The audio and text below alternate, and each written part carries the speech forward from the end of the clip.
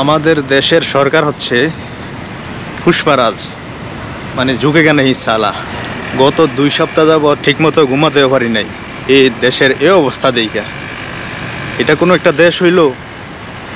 200 জনের উপরে ছাত্রছাত্রীকে মাইরা ফেলা হইল, সে কিভাবে ক্ষমতায় থাকতে পারে? 2009 সাল, 2013, 14, 2024, 2013 এর 5ই মে এই ঘটনাগুলা বাঙালি জাতি কোনোদিন বলতো না, কোনোদিনও না। যে আওয়ামী লীগ সরকার হচ্ছে পুষ্পারাজের সরকার, যে যুক্ত না কোনোদিনও।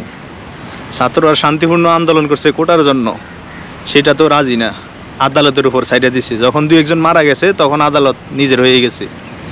এই অবস্থা আমাদের দেশের। তো ধিক্কার জানায় এমন শাসন ব্যবস্থা কি। তো এখন ঠেলা সামলাও, 1 দফা দাবি দিছে, সবাই মাঠে নামবে, সবাই আন্দোলন করবে।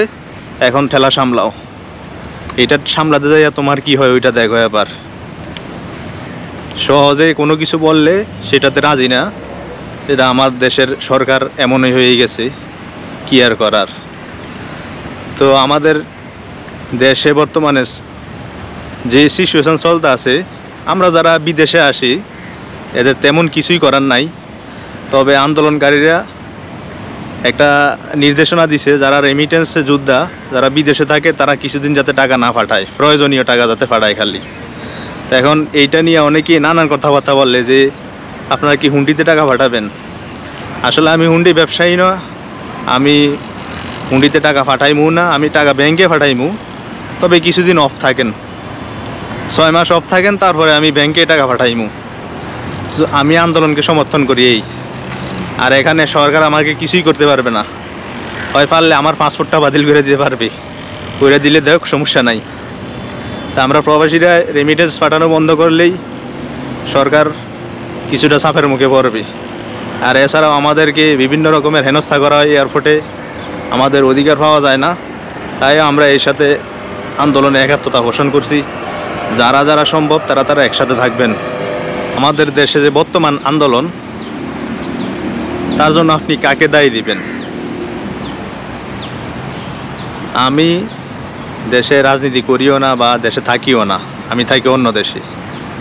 তা আমি একজন অন্য দেশি লোক হিসাবে, অন্য দেশে থাকা প্রবাসী হিসাবে আমি সব নিউজ রাখি বা আমি সব শুনি বা জানি, কারণ দেশকে তো আমরা ভালোবাসি, অত অন্য দেশে থাকি। আমি সর্বপ্রথম দোষ দিব প্রধানমন্ত্রী শেখ হাসিনাকে।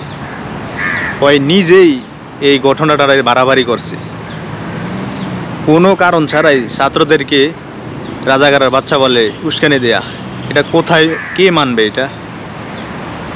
একটা সাংবাদিক সম্মেলনে সে 2-3 বার বারবার ঘুরে ঘুরে এই কথাটাই বলল। তার মানে কি, তার একটা ক্ষোভ জন্ম হয়েছে আন্দোলনকারীদের উপরে। আরে ভাই, ন্যায্য আন্দোলন করতে আছে, সহজে মাইনা নাও না, এটা মাইনা নিত না। তো আজকের ভিডিওটা এই পর্যন্তই। টাটা, বাই বাই, আল্লাহ হাফেজ।